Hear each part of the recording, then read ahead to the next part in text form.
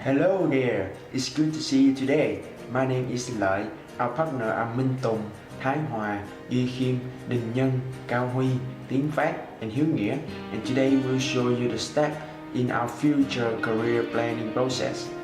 In this topic, we will go through 8 key steps, and you can see on the slide. And now, please welcome Mr. Huy, who is in charge of the step number 1. Hello, my name is Huy, and here I'm gonna give you some tips for you to think about the future when planning your career. So the first thing you need to do is to think about the future when you get a job. So what is in the future? Just think about how the world, the economy is gonna change in 10 or 20 years time. Think about whether what you want to do is going to meet the people need.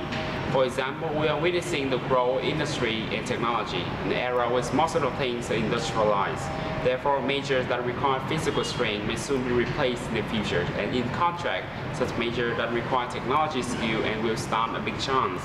Knowing that will help you to identify and somehow adjust your plan in order to be fit in and work well in a changing environment. Not only just thinking, the future is now. So you also need to do from now for your future. Don't ever think it's too soon, even when you're in high school or you're a freshman in the college. At that time, you may be too young to realize what you want to work as when you graduate. But hey, there's a ton of soft skills that you can practice, and all employers want their employees to have. You can try to learn new languages. You can learn how to work with computer or practice making a presentation. You can without any fears that go to waste, because simply those are the things that all employment is going to need. Starting though from now, you will have plenty of time to practice and get to know where your strengths and weaknesses are to improve. Only when you have a good preparation for your career, you're halfway to success. Hello everyone, my name is Nghĩa, and now in my part, I will share with you the next step of how to make you have a successful career as well as a happier life in the future. And my advice for you is stop thinking about the past and focus on the present and the future. I make sure that this is a very important step, because if you don't truly drop all the past and leave them behind, you will never be able to move on to have a successful career or a happier life. I know that everyone has their own story, and to leave the past behind you and drop who or what hurt you isn't something that comes easy. It will take you lots of time, effort, patience, and even your strong determination to encourage you to keep moving forward. It's also very hard to forget what happened to you and broke your heart. But as the saying goes, yesterday is just a history. Tomorrow is a mystery, and today is a gift. That's why we call it the present of life. Every single day comes to you as it is a present, a new chance. So feel it, enjoy it with a different way from the past. You have to accept that you cannot change the past time. You cannot revisit your history. The only thing you can do is accepting it as a memory of your life, even if it's not, is it a good memory or not. And I will tell you that when a door closes, another door will open. You will always have another chance to do something new. So instead of spending time thinking about what already happened to you, just let all the past behind and focus on what you have for today and what you are going to do in the future. That's my advice for you to make you have a successful career as well as a happier life in the future. Thank you.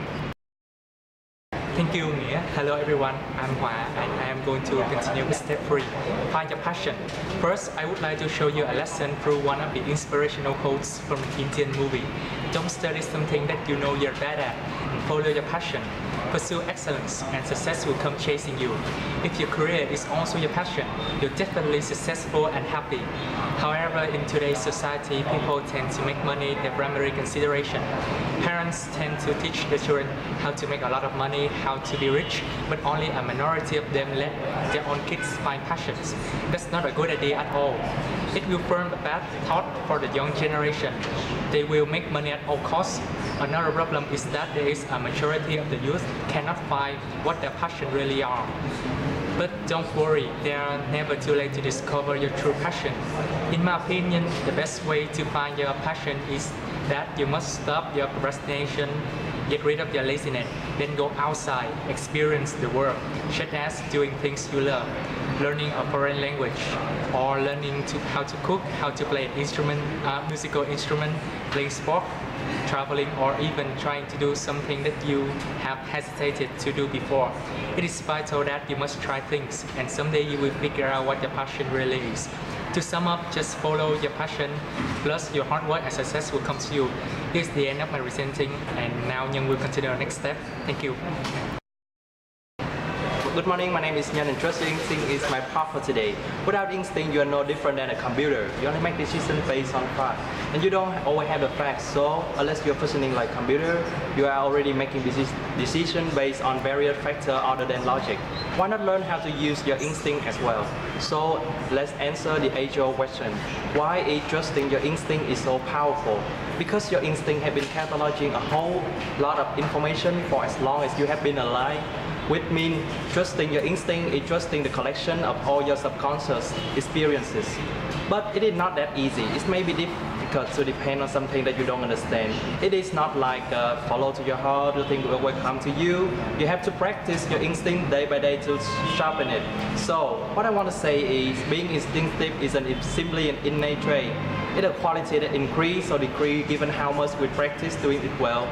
So what do you mean when I say practice your instinct?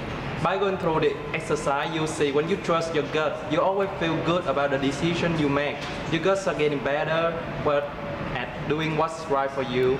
As similar situation arise, you have an instinct. You realize that you had this instinct before, and it is that much stronger. Your instinct gets sharper and more reactive. Then, when you experience positive outcome, it creates a positive feedback loop. With time, you can comfortably defer more and more of your decision making your gut instinct. So that is all I want to deliver. And remember, keep sharpening your instinct and trust your instinct. Yo man, peace. Said before, finding passion is very important in order to succeed in your future career. I think you still remember what President Obama said in a personal exchange with Vietnamese youth in May this year. He shared with Vietnamese young people how to be successful in life. He said that my important advice is to find something you care deeply about. Find something you're excited about and put all your energy and efforts into doing it. Don't worry about what you want to be, but worry about what you want to do. And naturally, over time, you're going to rise and people will admire and respect what you have done. Finding passion is one story, but how to maintain your passion and motivation is another story. As human beings, we are easily getting bored if some bad things happen to us or we are not lucky enough in some cases.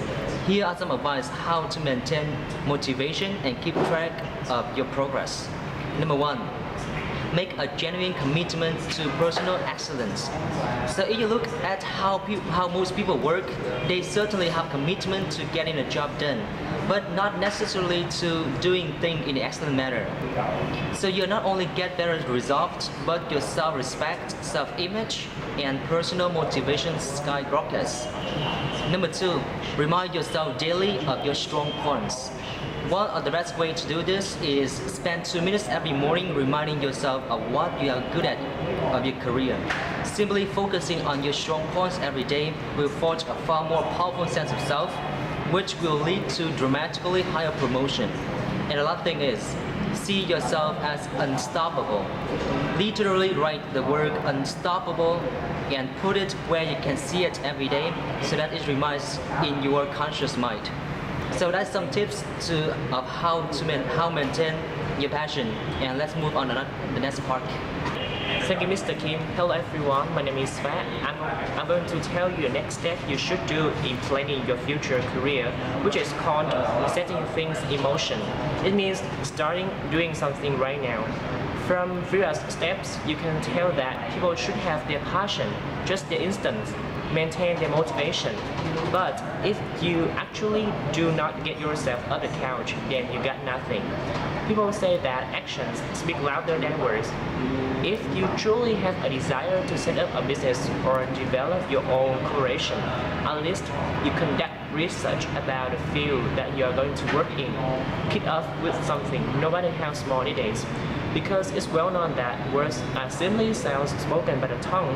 The action is what really puts the meaning into the words. And more importantly, actions create changes. If you are getting lost among 100 things to do list, I would like to suggest you start a saving account by depositing 25% of your monthly income or a minimum of 10% of it, and make sure that you stick to it. Large budget is a strong point. Moreover, networking should be put into consideration. It's not what you know, but who you know that matters. This is so true in business. A successful business needs a rich source of relevant connections in its network that you can call on when you need them. In conclusion, passion is not enough until you start taking action to achieve it. And if you don't know what to do now, you can follow my advice by starting a saving account and establishing relationships. That's all about my part. Thank you for your listening. Now let's continue with Mr. Lloyd. Hello again. I'm in charge of step 7, and that we need to look through what needs to be changed in our lifestyle to prepare for our own career. Eduardo Galeano's quotation said that many small people in small places doing small things can change the world. The first thing we should do are reserving and supporting our good habit and working style. For example, getting up early in the morning is a good point.